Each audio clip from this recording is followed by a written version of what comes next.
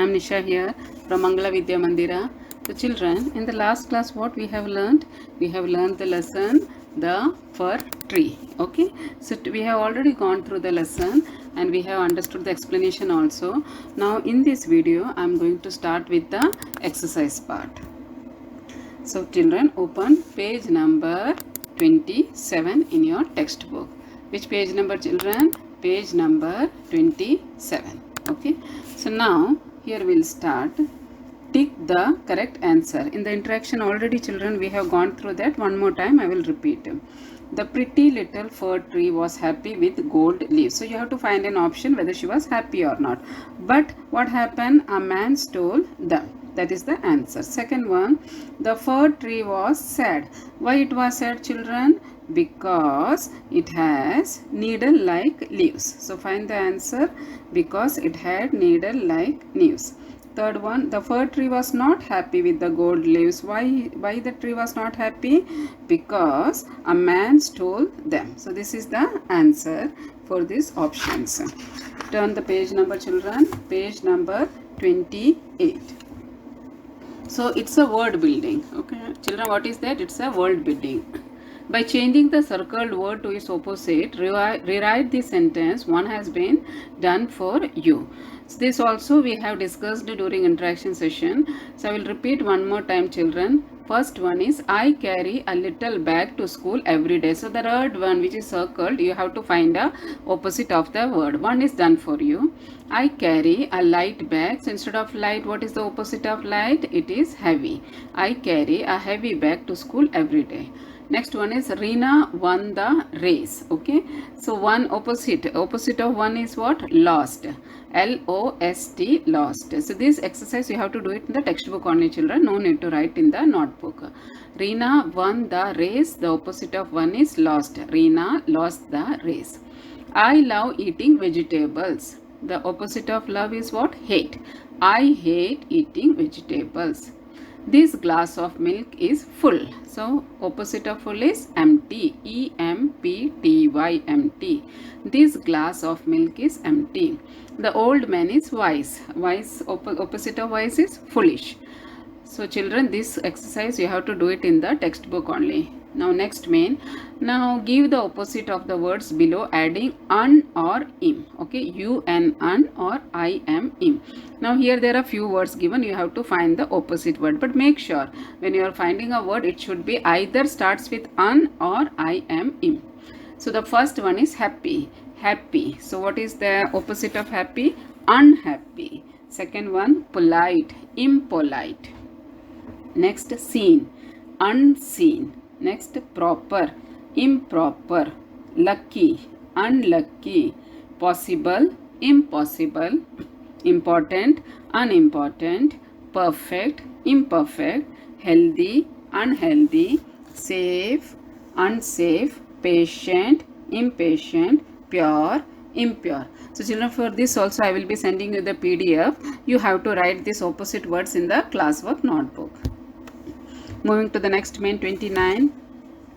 So children, here is a story. Again, there are few words which is given in blue letters. So those words again you have to find the opposite of the words. Rita loved her dog Sheru. What is the opposite of love? Hate. Every day Sheru would go out of the house. Go out. Okay, again it is written in blue color. So what is the opposite of go out? Means go. Opposite of go is come and out is in. So come in. House and come back. Again opposite of come is go. Himself. But one day he did not come home. Rita looked everywhere. Opposite of everywhere is nowhere. For him, tears rolled down her cheeks. Down. Opposite of down is what? Up. Sheru was lost. Okay. Opposite of lost is got. He was nowhere to be found. Opposite of nowhere is what? Opposite of nowhere is everywhere. Lost is found. Opposite of lost is found. You can write found. But Rita was crying. Okay, opposite of crying is laughing. When she reached home, she got into her bed. All of a sudden, something jumped on her. Can you guess who it was? Rita was very happy. So suddenly somebody has jumped. So who has jumped? Who has jumped, children? Can you find it out? So the dog which was lost, Sheru which was lost, she found in her home only. So opposite of happy is sad. So down in the purple color box, you have to write the opposite words. You have to write the blue color word as well as the opposite words in the textbook only. No need to write in the notebook. Next main, let's rewrite the passage below using capital letters where necessary.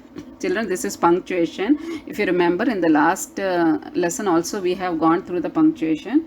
So here, what all punctuation mark will come in this sentence, that you have to write it down. So as you know, beginning of the sentence should be always capital. As I usually say, beginning of the letter should be capital. So one Saturday, O capital, afternoon, Amarjit. Again here, name of a person. So name of a person, what you have to do, children? It should be capital. And his little sister, Rani. Again, name of a person. R capital, went for a picnic to India Gate. Okay, name of a place, proper noun. So what you have to do, again you have to put capital, I capital, and then after that full stop. So once you put full stop, and when later on when you start any sentence after full stop, the very first letter will be capital. So there, so T will be capital. They saw ducks, water, and their friend Raj. Again, Raj is a name of a person. So you have to write R capital. So this thing you have to write again in the textbook as well as in the notebook. Both you have to do. Textbook as well as notebook. Second one is, oh dear, said the fir tree. Again, oh dear, exclamation sign, double quotes. Said the fir tree, I like my old needle like leaves best. So I again capital, like my old needle like leaves best, comma, for goats don't eat them and no man can steal them. The end of the sentence will be what, children? Full stop. In the above sentence also, ending should be full stop, beginning of the letter should be capital. Moving to the next main, children. Look at the picture. So you can see some picture is there, children. Look at the picture below. In the yellow box, there are 8 things. 6 of them you can see in the picture. The other 2 you cannot see. Write down the 4 things that you can see. Now few things you can easily see in the picture. Okay, it is already seen. There are other things, like 2 things are there which you cannot be seen in the picture. Okay, means it is not mentioned. You have to find it out. I'll just give one clue. See the words written: duck, mat, dog, girl, boy, tree, fountain, flowers. I'll just give one clue. Water they have not mentioned. So water is seen, but the word has not been mentioned in the textbook. So that you can write one word. Rest of the word you need to find it out. Look at the picture again. Describe the picture. So now here it's a picture composition. It's a picture composition. So what you have to do, you have to just go through the picture. What all things you can see in the picture? See, there are trees. They have come for a picnic. A girl has come for a picnic. There you can see a duck. Even the mats are there. A boy is standing. So what all things you can see in the picture, that you have to write in 3 sentences. Okay, moving to the next main. Ajit loved flowers. Okay, again Ajit loved flowers. He wanted to have a garden for himself. This is an activity, children. So Ajit loved flowers. He always wanted to have a garden for himself. Mohan, his friend, gave him an idea. He said, why we can have a garden in a dish, like a small dish, any bowl you can have a garden. So Ajit laughed, haha, a garden in a dish, he was asking. Yes, dish gardens and tiny gardens planted in a shallow dish. We must first put sand, manure and pebbles in a dish. Plant very tiny plants in it and place the dish on the window sill. So this is an activity, children, what you have to do it. Okay, just take a dish, put some mud as well as little sand and pebbles in that, and grow any tiny plants. Okay, anything you can grow in that, and that picture you have to post it in the group. Okay, take an image and post that picture in the group. Next one is glass breaks easily when it is dropped. Do you think a mud flower pot, a glass spoon, a wooden table, a plastic cup, books, or your plastic water bottle can break easily? Circle the things that you can. So there are few pictures, few images given children. In that you need to find it out which can break easily. Okay, that activity also you have to do it alone. In the textbook only you have to do. Moving to the next main children. Which of the following actions word would make others happy and unhappy? So now there are two columns. One column is action that make people happy, and the column is action that make people unhappy. So here few sentences are given. Okay, in that you have to write it down properly in the things in the sentence, means which things makes you happy. So you have to just read out. One example I will give you: respecting elders. Okay, of course, yes, when you respect elders, that action will make you happy. Okay, any people will get happy if you respect elders. So children, these are few words or a few sentences given. So you have to jot it out and find it out which makes people happy and which actions make people unhappy. This also you have to do it by yourself in the textbook. Moving to the next main. Let's listen, read and write. This you can omit children, just you can read it out. There is nothing much in that. So this page you can omit. It is only for reading. Keep it as a reading. One more activity is there, page number 34. Let's make a word tree. What is that? Let's make a word tree. This is how you will do it. Take a long green sheet of paper or newspaper, roll it like this. Okay, so you have to take a long newspaper, something in green color, and what you have to do, hold the roll of paper firmly in one hand and cut 4 slits from the top to halfway down the roll. Okay, it's very simple children. You just have to roll the paper, then you have to cut 4 slits. You have to just cut 4 slits off on the top of that roll. Then what you have to do, still holding the roll paper firmly, bend back of the 4 sections of the cut paper. Okay, which sections you have cut children? You have to just hold the paper and you have to bend it back. Okay, the moment you bend it back, it will look like this by pulling up the cut section slowly and carefully from the center of the roll. Okay, write words related to leaves on the trees and make a word tree. Now make sentence with these words. You have to just see how nice it is looking. It's looking like a tree, paper tree. So what you have to do, you have to just write, okay, some words, make a word tree. Some words you can write which is related to leaves, and what you have to do, you have to make a sentence of also, you have to make a sentence also of those words. So this here we are going to end this lesson. So children, in this video I have given you few grammar also. Let's have a look. We have already learnt noun, pronoun, verb and adverb. So here the next parts of speech is adjectives. So children, what is adjective? Okay, adjective is a word that describes a noun or a pronoun. Jane is a clever girl. There is a noun, okay, a boy, girl, book, table. These all words are noun, but it is describing. Suppose, as we have already learnt in the class children, when it describes the noun means a beautiful girl.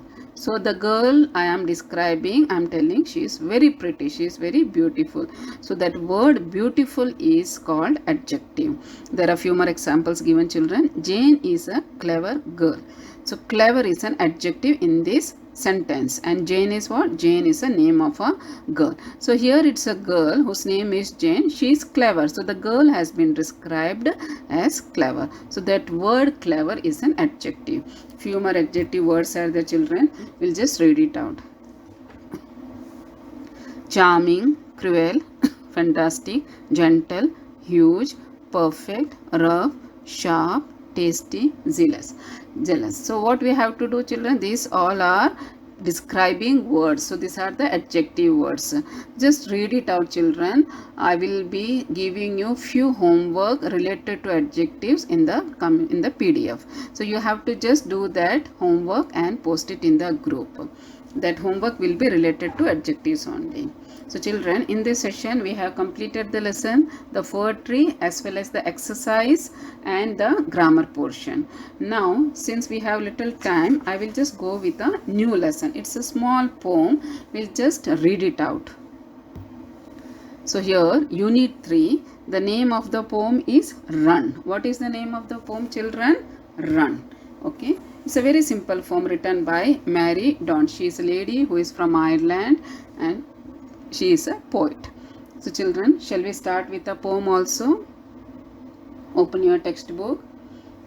Page number, one second, page number I will tell you, children.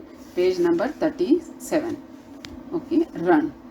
Away from the city. The very first paragraph I am going to read, children.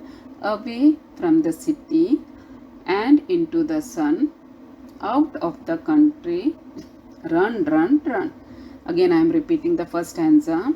Away from the city and into the sun, out to the country, run, run, run.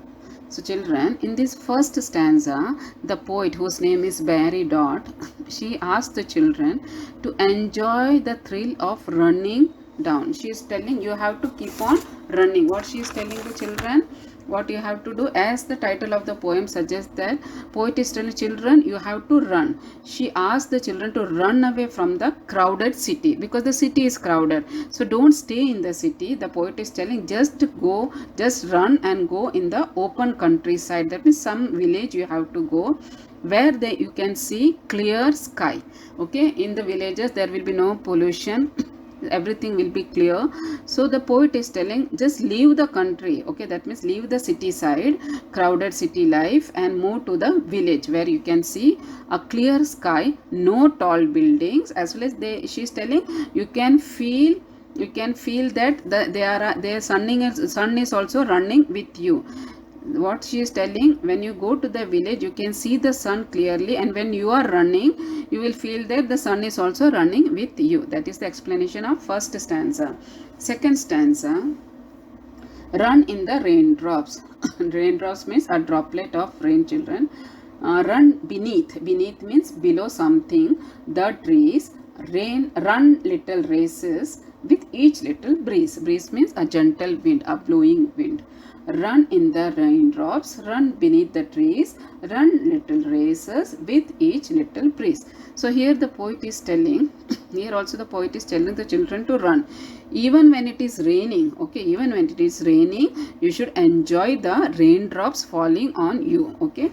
Even though it is raining, you should keep on running, you should enjoy the raindrops which is falling on you. Even she asked the children to run in the shadow of the tree. The poet wanted the children to run in the shadow of the tree and to have competition of running with the blowing winds. Like the wind will become blowing. So in the same way you compete. You also run with the blowing wind and you compete with the wind, as they will make them happy and energetic. The moment you run, children, what you feel? You will feel more energetic and you will feel very happy also. Third stanza. Run down the hillside. Run down the hillside, and hillside means the sloping slide of a hill, children. Run up the lane, run through the meadows. Meadows means, children, a field with grass and like wild flowers. You can see wild flowers and grasses in the meadows. So that is the meaning of meadow. Then run back again. So in the third stanza, run down the hillside, run up the lane, run through the meadow, then run back again. So in the third stanza, the poet is telling the children to enjoy the thrill of running down on a hill slope, okay, running up lanes and through meadows. Like she is telling you have to run through the lanes as well as through the meadows, but keep on running, which are fields crowded with different animals. Means you can see in the field, in the meadows, different kinds of animals will be there, and they run back to their lanes. And again what she is telling, you keep on running the hill slope, you keep on running the lanes as well as the meadows, where you can see the different kind of animals grazing the field.